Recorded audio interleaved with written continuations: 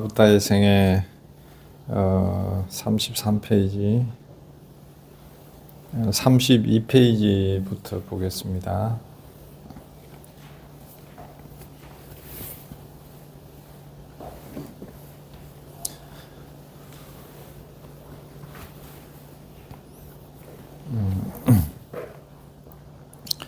네, 아까 이제 같이 독송했으니까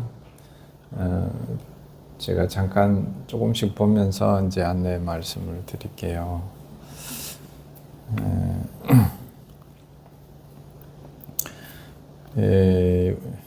이제 오늘이 그 출가제일이기도 하고 또 성도제일까지 이제 8일이잖아요. 그래서 8일 동안 부처님의 삶을 통해서 부처님에 대한 어떤 신심, 믿음이 더 이렇게 생기면 좋겠다. 이제 그런 취지로 부처님 생애를 보도록 하겠습니다. 우리도 누군가의 말이 이제 신뢰가 가고 그 사람 말이 믿음이 쓰려면 그 사람이 어떻게 그 사람의 삶을 봐야 그 사람의 삶이 그 언어와 행동과 어떤 그런 거에 다 나타나잖아요. 그러니까 우리가 부처님 불교를 이렇게 공부하는데 부처님이 그냥 말로만 있으면 그렇게 신뢰가 가지 않아요.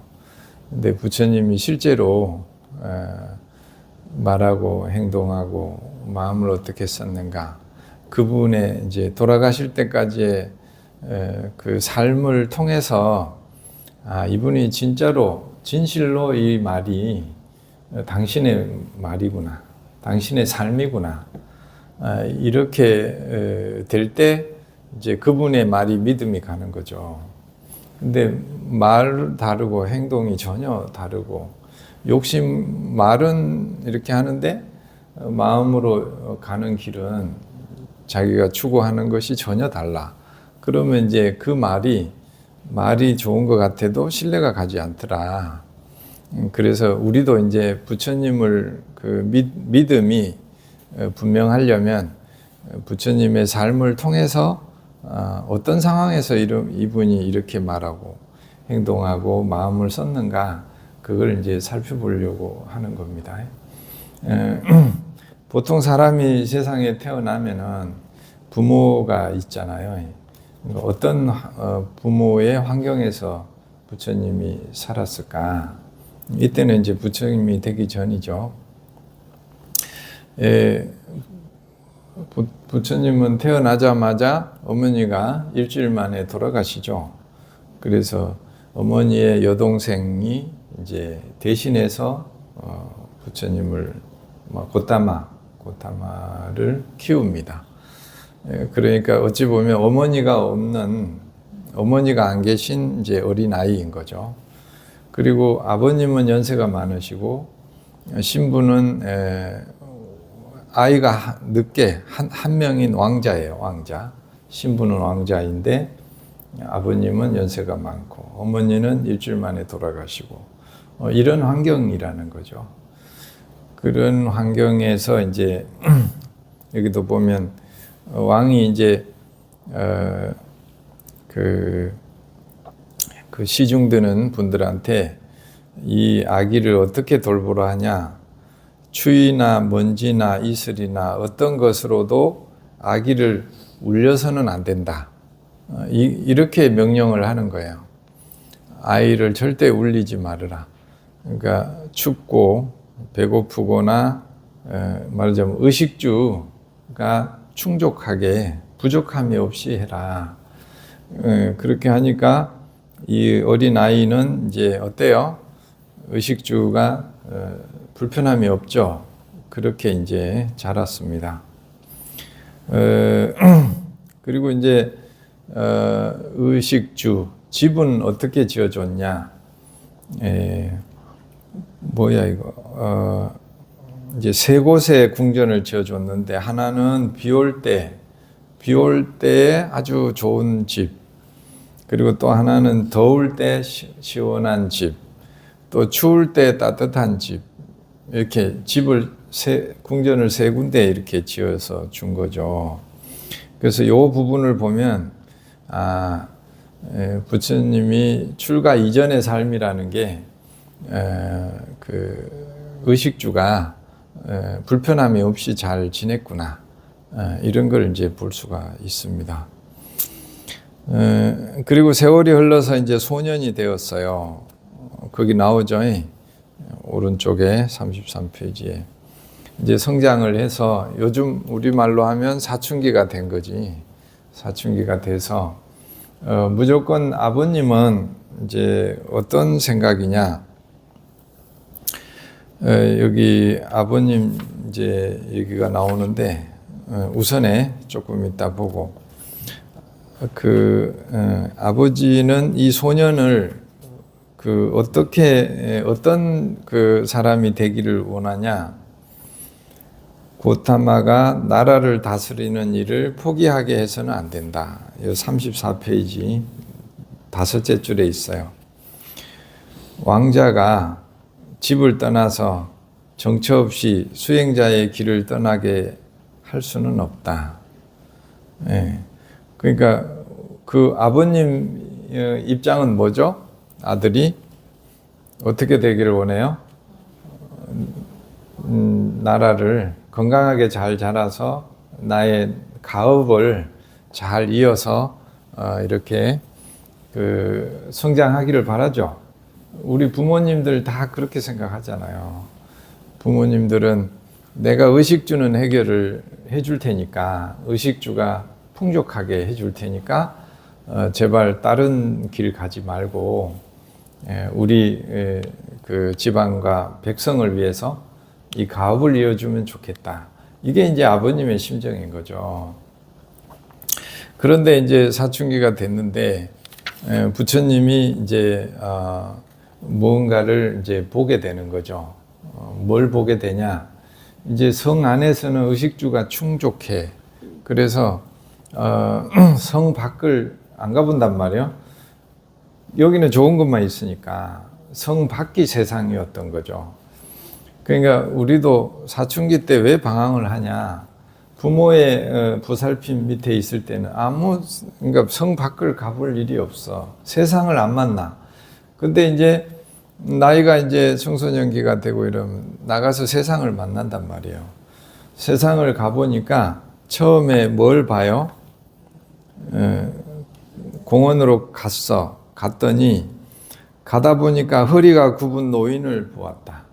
늙어서 지팡이에 몸을 기대고 쩔뚝거리며 걷고 있는 노인이었다. 처음에 노인을 보게 되죠. 그렇죠? 노인은 무척 고통스러워하는 것 같았다. 고통스러워하는 노인을 보았습니다. 그래갖고 마부한테 물어봐. 저 사람은 왜 저러냐고. 그러니까 노인이어서 그렇습니다. 그리고 노인이 뭐야? 그러니까 뭐라 그래요? 저 사람은 이제 살 날이 얼마 안 남았기 때문에 노인이라고 합니다. 그러니까 이제 봤단 말이야. 그거를 이게 참 노인이라는 것은 돌아가실 날이 얼마 안 남은 분을 노인이라고 하는구나. 이제 봤는데 부처님이 어떻게 생각하냐면 그러면 나도 저렇게 된다는 얘기인가? 이 질문이 중요한 질문이에요. 우리가 불교 공부하는데 나도 그와 같고 나도 저렇게 될 것인가? 이렇게 생각하는 거예요. 이제 보통은 그냥 보고 말아. 그런데 부처님은 나도 저렇게 된단 말이야? 이제 이렇게 생각을 하는 거죠. 그러니까 엄청난 충격을 받은 거지. 그래가지고 다시 돌아와서 이제 그만 가자고. 그래가지고 집에 가서 이제 가만히 생각을 해봐. 오늘 본 것을 가만히 자기 방에 가가지고 나오죠. 돌아가서 슬픔에 잠겨 생각을 했어. 태어났다는 것은 참 부질없구나. 일단 태어나면 늙어야 한다니. 예, 이거 참, 그러니까 우리가 생로병사들 얘기하잖아요. 그러니까, 태어나는 게 좋은 줄 알았는데, 태어나 보니까 그 길이 어디로 가는 길이라? 코스가. 일단 태어났다 하면 그 다음에 늙어야 되고, 그 다음에 병이 들고 죽어야 된다는 말이죠. 실제로 우리 삶이 어때요? 실제로 태어난 것은 다 죽죠. 생겨난 건 다 사라지잖아요. 인간만 그런 게 아니고 만물이 다 그렇죠. 좀 이따가 이제 오늘 아침에도 가니까 매화가 폈더라고. 이제 아침에 조기축구 갔다가 오다가 그래도 뭐 꽃이라도 하나 갖다 줄까 싶어가지고 길가에 이제 부러진 나뭇가지에 있는 그래서 살짝 요만한 거 살짝 꺾어서 이제 갖다 줬는데, 야, 벌써 매화가 다 핀 거예요. 이제 피는 게 아니고 이미 폈어. 그러니까 우리가 알지 못하는 사이에 이미 생명은 폈던 거지. 그거를 보면서, 야, 그러니까, 이 꽃은, 어떻게 해서 핀 거예요? 그냥 폈어요? 이 꽃은 겨울을 지냈기 때문에 이 꽃이 폈구나. 이제 이렇게 보는 습관을 들이는 거죠. 그리고 폈으니까 어떻게 돼요? 이 꽃의 운명은 져야 되는 거지. 이제 질 수밖에 없고. 그래서 이제 그렇게 보니까 이제 굿다마가 이제 나도 이와 같이 될 것 같구나라고 하면서 이제 한단 말이에요. 그러니까 왕이 이제 궁금해가지고 저놈이 세상에 나가서 한번 나갔다 왔는데 세상 맛을 봤잖아요. 그래서 혹시 뭐 좋아했냐 이렇게 물어보니까 그렇지 않았다고. 그러니까 아버지가 걱정을 하는 거지. 또 이제 예언대로 저 아이가 수행하러 집 나가면 어떡하나 이 걱정을 하는 거예요. 근데 이제 다시 더 이제 의식주를 더 충족하게 해라. 그러니까 딴 생각 못 하게 더 맛있는 거 주고 더 불편함이 없게 하고. 그러니까 몸과 마음을 더 이렇게 즐겁게 하라는 거지. 그리고 또 한참 지났는데 다시 한번 세상 구경을 나가요. 이번에는 누구를 봤어요?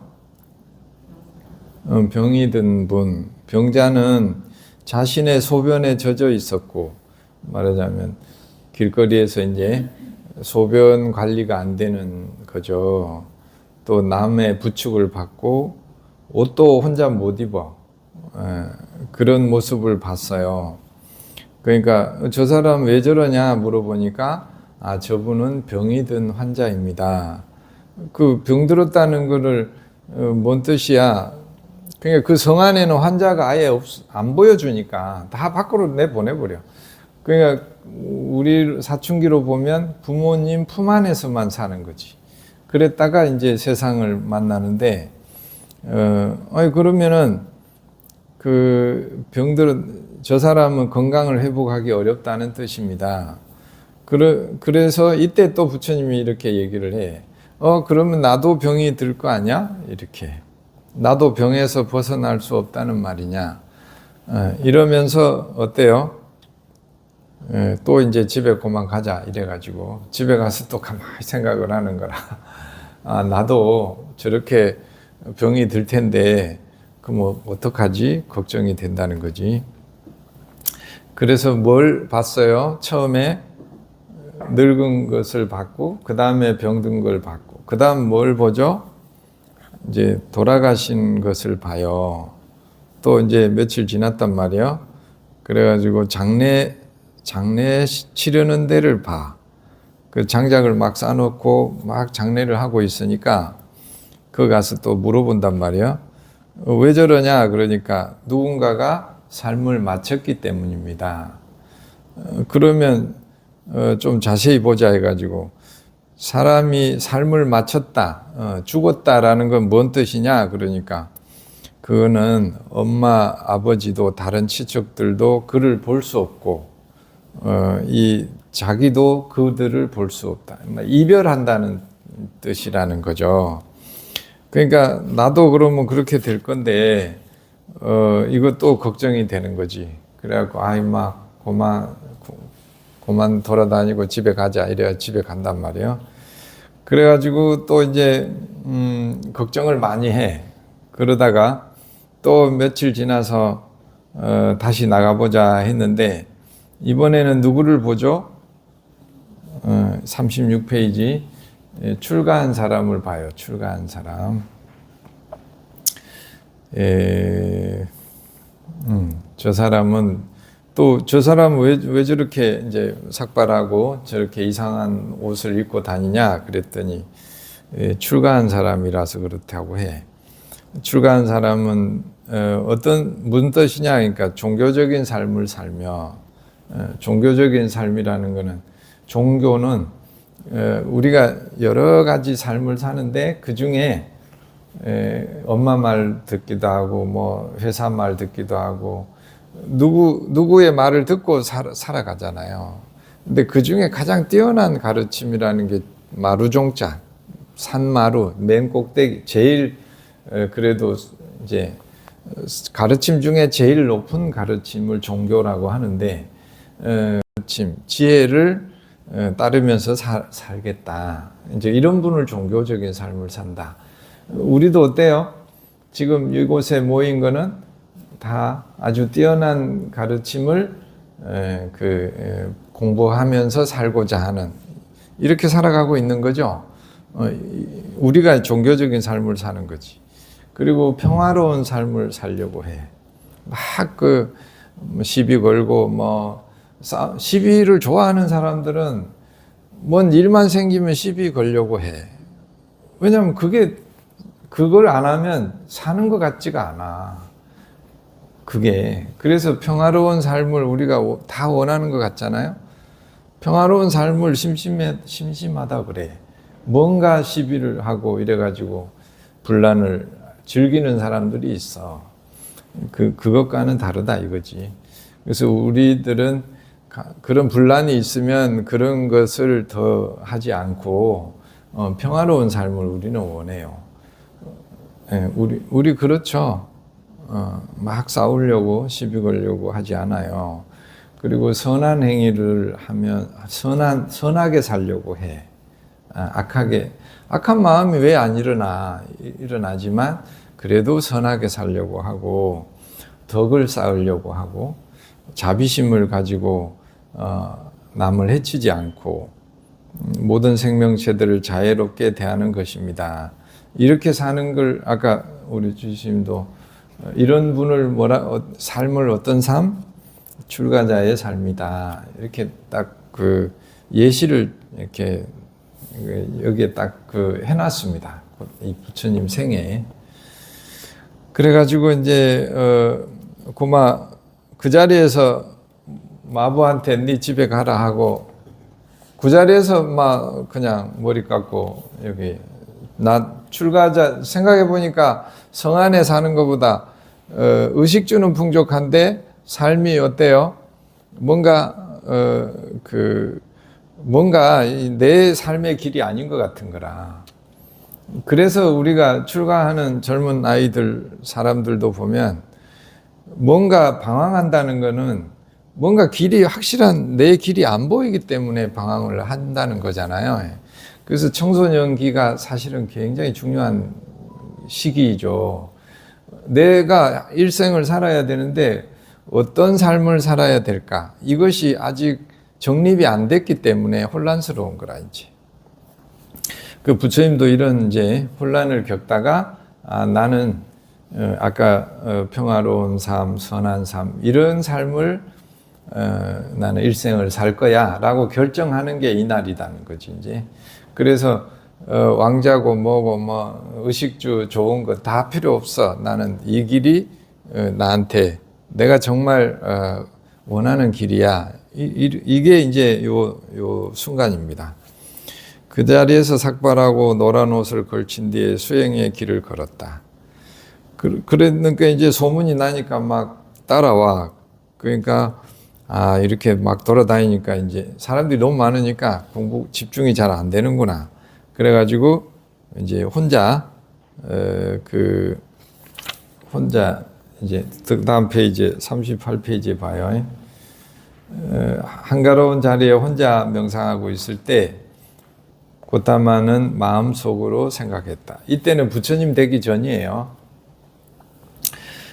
그래서 이제 노병사를 다 보고 나서 한번 딱 돌아보니까 이 세상은 뭐 의식주 풍족하고 막 그런 것들도 이제 뭐 좋은 것 같지만 사실은 그런 게 그 밖에 실제 세상, 내가 보호받을 때 말고 실제 세상은 가보니까 늙고 병들어 죽는 그 길을 피할 수가 없더라. 그래서 이 세상은 참으로 괴롭구나. 왜 괴롭냐? 인간은 태어나면 늙어야 되고 병들어야 되고 죽는구나. 그래서 세상은 괴로운 것이구나. 좋은 것도 있지만 크게 보면 이거는 피할 수 없는 것이구나. 그리고 한 상태에서 멸하여 다른 상태로 생겨난다. 일어나면 사라지고 봄이 돼 꽃이 피면 또 져야 되고 또 뭐 그렇죠. 그래서 이제 이런 그 늙고 병들어 죽는 이런 고통에서 벗어나는 길을 아는 사람은 아무도 없구나. 아무도 없어. 생로병사의 고통에서 벗어나는 길을 언제 깨달을 수 있을까? 그래서 부처님이 이제 출가한 이유가 여기 있는 거예요. 이제 부처님 출가한 이유가 뭐예요? 생로병사에서 벗어날 수 있는 길이 없는가? 그리고 이제 생로병사 우비고뇌 이렇게 나옵니다. 우비고뇌는 이제 요즘 말로 하면 근심과 불안, 또 우울 이런 것들이에요. 이제 그런 것들로부터 어떻게 하면은 그런 괴로움에 빠지지 않을 수 있을까? 뭔가 지금 사는 것은 똑같이 이렇게 살면 절대로 피할 수 없구나. 그래서 새로운 길을 좀 찾아야겠다. 그래서 그 길을 찾기 위해서 많은 스승들을 불러서 뭐 책도 보고 온갖 걸 다 노력을 해요. 그러느라고 29살까지 그래. 그 요즘 말로 하면 청년이 29까지인가? 20대까지 하여튼 그렇게 하다가 이제 그 다음에 이제 그 부처님이 실제로 우리도 보면 우리는 노병사에 별로 뭐 그거 남의 일 아니야? 이렇게 생각할 수 있잖아요. 큰 일이라고 생각을 안 해. 그런데 실제로 보면 우리가 의식주에 내가 이제 뭐 내 자산이 있다. 예를 들어 내가 한 100만 원이 있어. 그러면 내가 이걸 어디다 쓰는가에 보면 그 사람이 두는 가치 있는 곳에 쓸 거 아니에요. 그죠? 다 내가 가진 게 있으면 어디다 써? 내가 가장 가치 있다는 곳에 쓰는 거라. 그래서 뭐가 뭐 좋은 것에 가치가 있다 생각하면 좋은 것에 가치를 두는 거지. 또 뭐 나는 따뜻하고 이런 거에 가치를 두면 따뜻한 것에 이제 비용을 들이는 거죠. 이제 거기에 가치가 있으니까. 그러면 이제 우리는 이게 붓다는 어디에 가치를 두냐? 어디에 가장 가치를 둬요? 그 노병사의 길에서 벗어나는 것, 그 길에 가치를 두는 거지. 그래서 그 앞에 권력이고 왕이 차기 왕이니까 권력이고 그 성이 다 자기 것이잖아요. 그런 부를 가치가 없다고 생각하는 거지.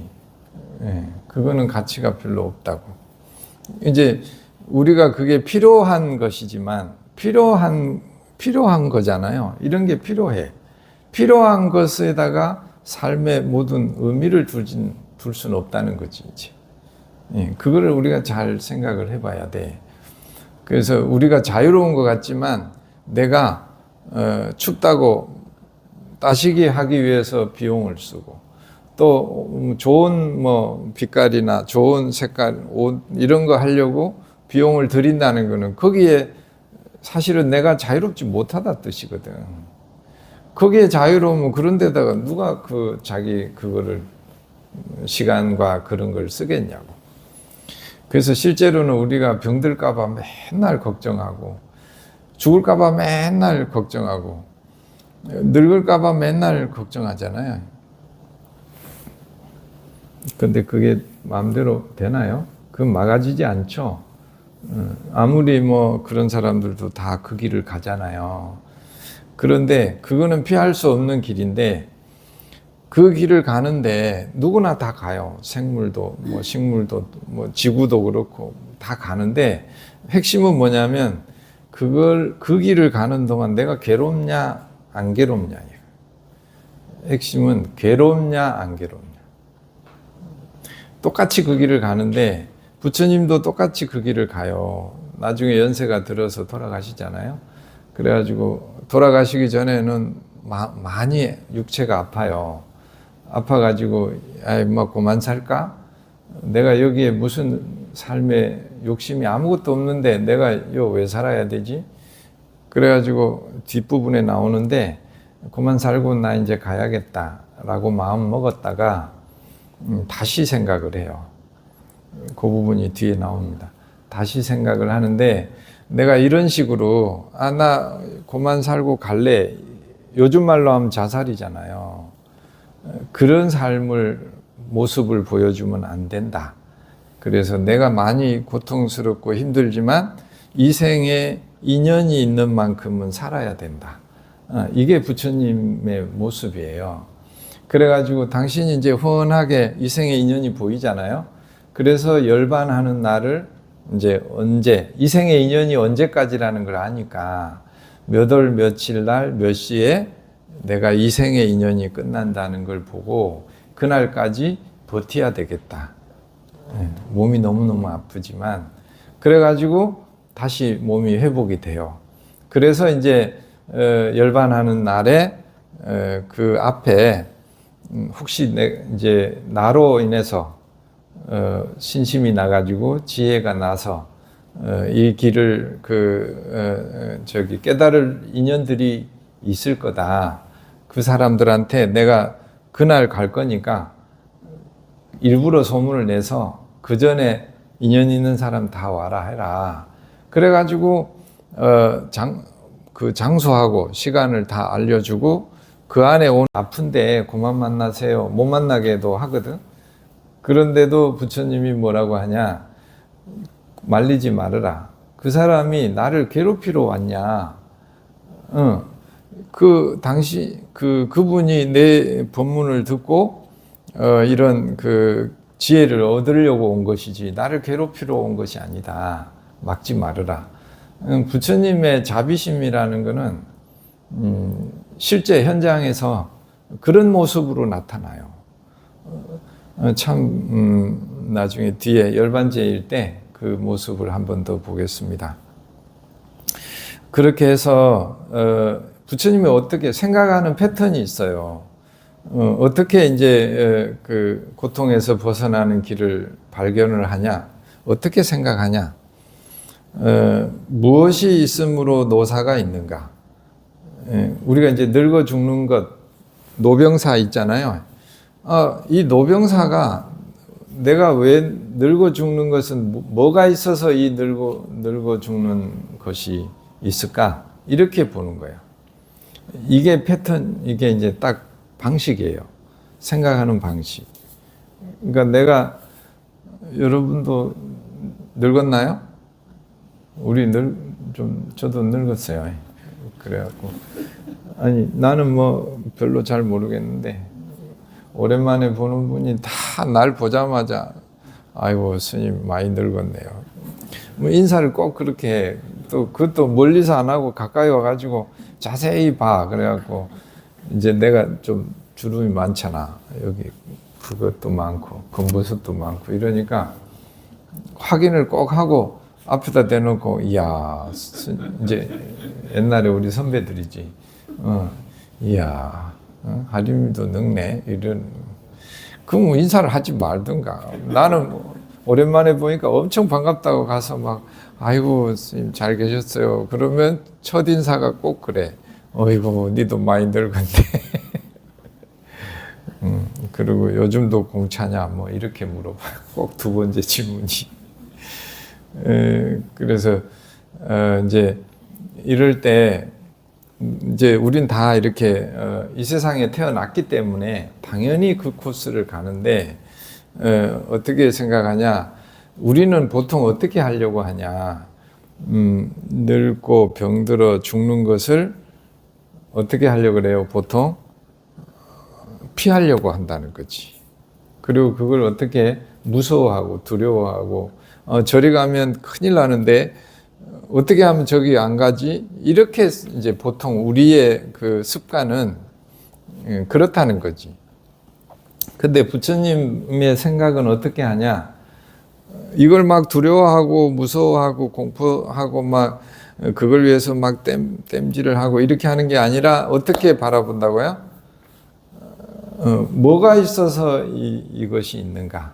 뭐가 있어서 이런 것이 생기는가? 이렇게 보는 습관이 있어요. 뭐가 있어서 이것이 일어나는가? 이렇게. 이것이 이제 간단한 것 같지만 아주 특징적인 겁니다. 뭐가 있어서 이것이 있는가? 이렇게 보는 거예요. 그러니까 처음이 뭐냐?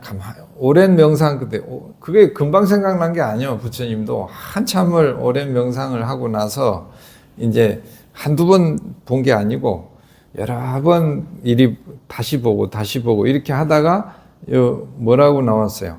오랜 명상 끝에 이런 확신이 생겼다. 어떤 확신이 생겼냐? 자, 우리 늙어 죽는 것은 뭐 때문에 늙어 죽음이 생겼어요? 왜 우리가 늙어 죽어야 돼? 병들어 죽어야 돼? 뭐가 있어서 노병사가 있어요? 여기 나오죠. 부처님도 한참 생각을 해. 우리만 그런 게 아니고 생이 있으므로 늙어 죽음이 있구나. 말하자면 태어났으니까 그렇다는 거지. 안 태어났으면은 꽃이 안 폈으면은 진리가 없잖아요. 그죠? 우리도 안 태어났으면 늙고 죽고 이런 거 없어. 그런데 그러니까 우리가 그러면 노병사 우비곤에 안 하려면 어떻게 해야 돼요?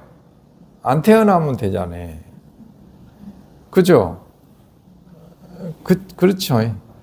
태어나지 않는데 무슨 노병사가 있어. 그래서 우리의 궁극적인 목적은 뭐냐? 안 태어나는 거라. 안 태어나는 거. 그러면 이제 우리가 이 생에서 죽잖아요.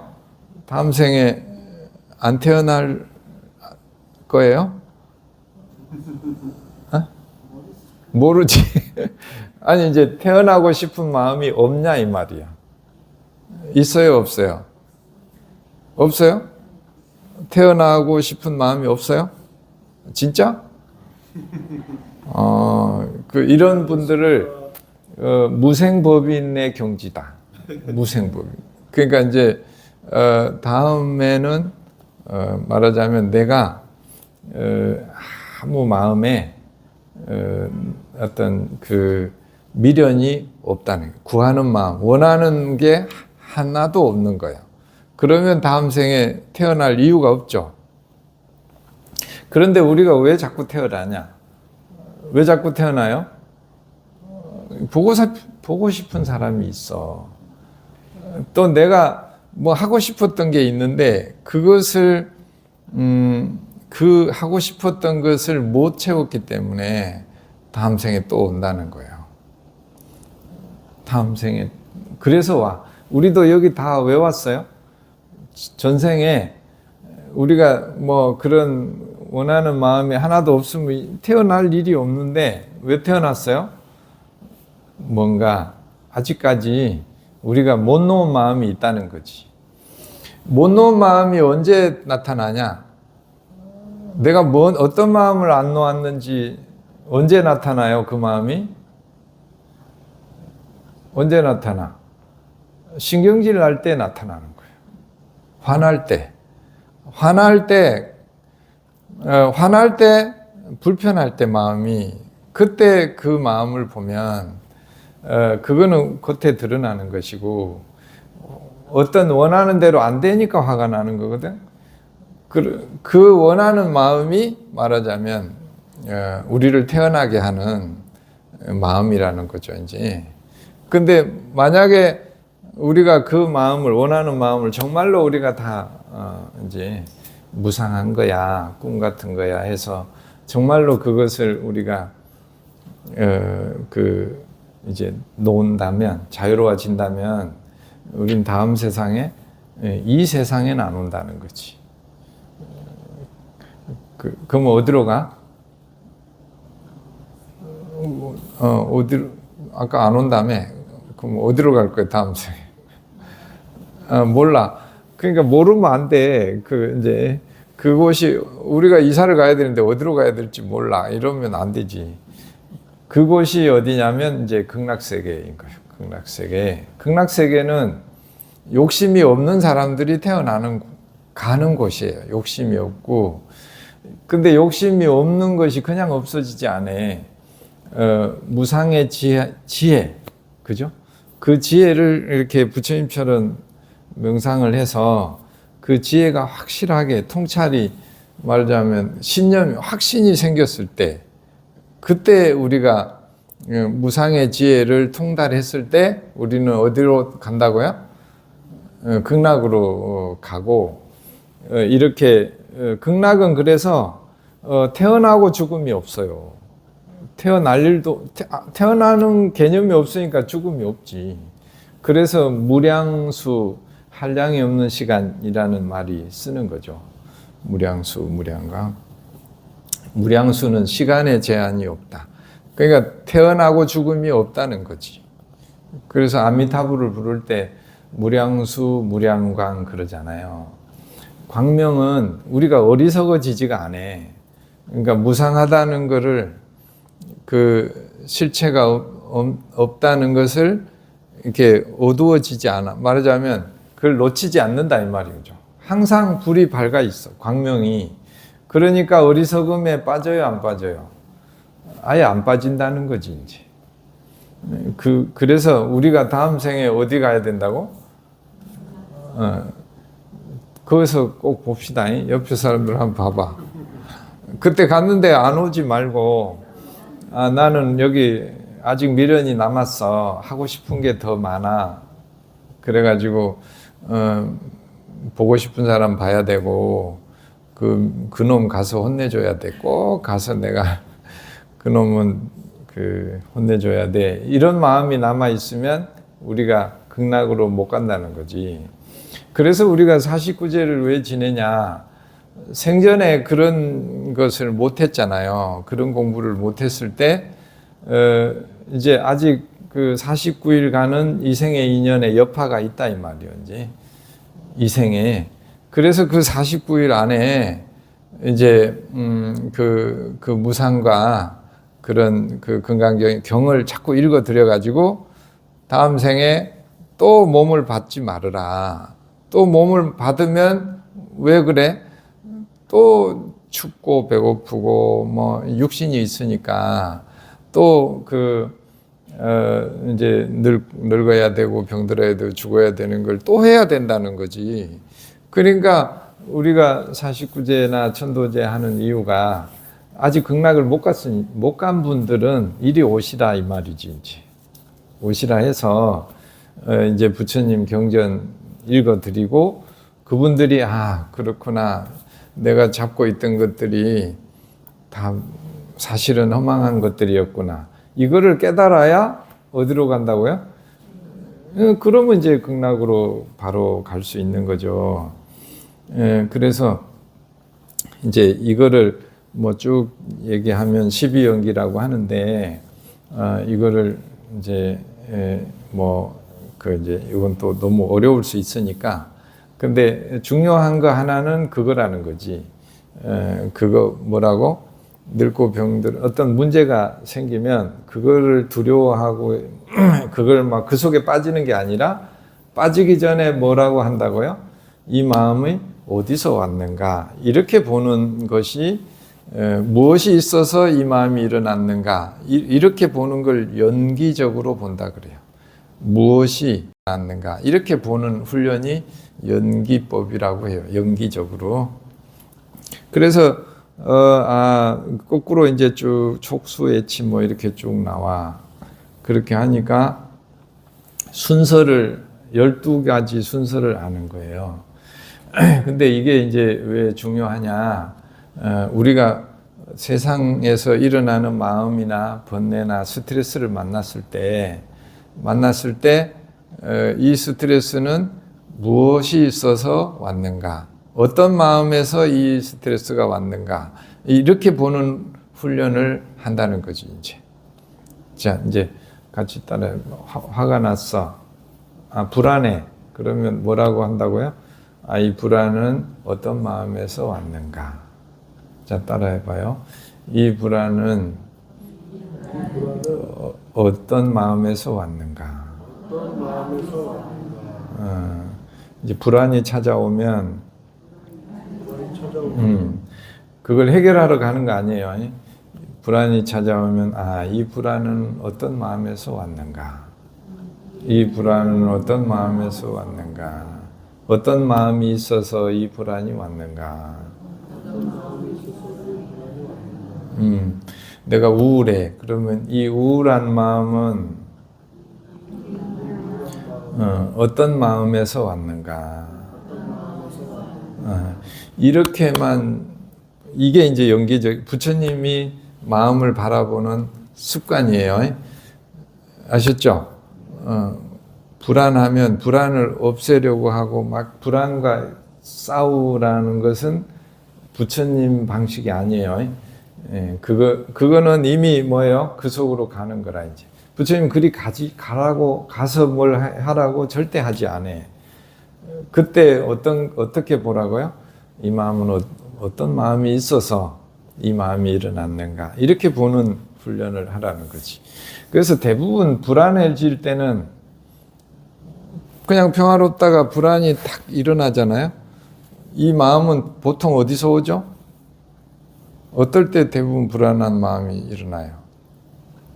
잘 지내다가 무쟁무살 갑자기 지금 불안해졌지. 안 불안해요? 어떤 마음, 내 질문하면 불안해진다며. 그래서 내가 질문 안 하기로 했는데. 그러니까 저도 이제 어디 가서 발표를 해야 되잖아요. 그러면은 그냥 내 잘 편하게 듣고 있다가 내 차례가 다가오면 내가 어때요? 갑자기 불안해지죠. 근데 이 불안한 마음이 왜 불안해지는 거예요? 어떤 마음이 있어서? 어떤 마음이 있으니까? 아이고 훌륭하십니다. 그래요, 맞아요. 왜 우리가 자꾸 불안해져요? 잘하려고 하는 욕심이 있으니까 우리가 불안해지더라는 거지. 그 마음이 있으니까 불안해지고. 그러니까 우리가 우울해지는 것도 우울한 감정은 왜 자꾸 우울해져요? 과거에 했던 것이 내가 잘못한 것 같아. 자꾸 자책하기 시작하면서 우리는 우울해지기 시작하는 거지. 그래서 우리가 우울할 때 어떻게 봐야 된다고요? 내가 또 후회하는 마음이 있어서 이 우울해지는구나. 이렇게 보는 훈련을 하는 게 이제 부처님 방식이라는 거지. 이해가 되시죠? 그래서 누가 이제 거사님이나 뭐 집에 아이나 누가 하여튼 마음에 안 들어. 그러면 이 마음이 어디서 왔다고? 전에 그러대. 집에 제일 문제가 뭐냐니까 거사님이 항상 문제라고. 거사님이 나를 제일 많이 화나게 한대. 그래서 그러면 화가 날 때 어떻게 한다고요? 그 화는 어디서 왔어요? 그분에게서 온 게 아니고 밖에서 온 게 아니고 내가 원하는 마음, 원하는 대로 안 하니까 화가 나는 거잖아요. 아, 이 화는 내가 원하는, 내가 어떻게 해줘요? 어떻게 해줘요? 라고 하는 이 마음에서 화가 오는구나. 이렇게 보는 습관을 들인다는, 훈련을 하는, 이게 수행이죠, 이제. 그러면, 아, 원인이 여기서 있구나. 이렇게 아는 순간에 그 화는 반 이상 낮아진대요. 그 화의 정체가 드러나니까. 그래서 이제 부처님이 이런 식으로 이제 그 마음이라는 게 이렇게 일어나는구나. 그러니까 이제 노사는 이렇게 여기서부터 왔구나. 이렇게 12층을 다 보고 그다음에 우아래로 이렇게 돌려보고 거꾸로 보고 뒤집어 보고 이거를 계속 해요. 밤새도록 해.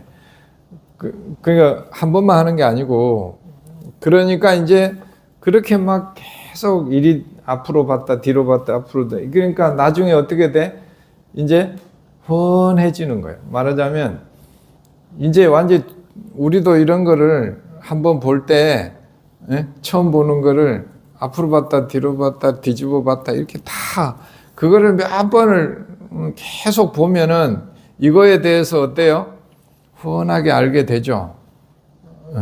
그래서 이제 생멸을 훤하게 알게 되는 거라. 생로병사라는 게 이렇게 일어나고 이렇게 원인이 여기에 있구나. 이거를 훤하게 알게 되니까 이제 마지막에 고타마는 이렇게 생각해요. 이런 순서에 따라 태어나고 늙고 죽으며 멸하고 또 다시 생겨나는구나.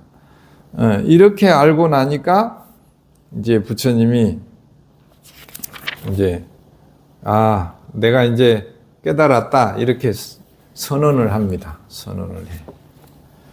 그래요.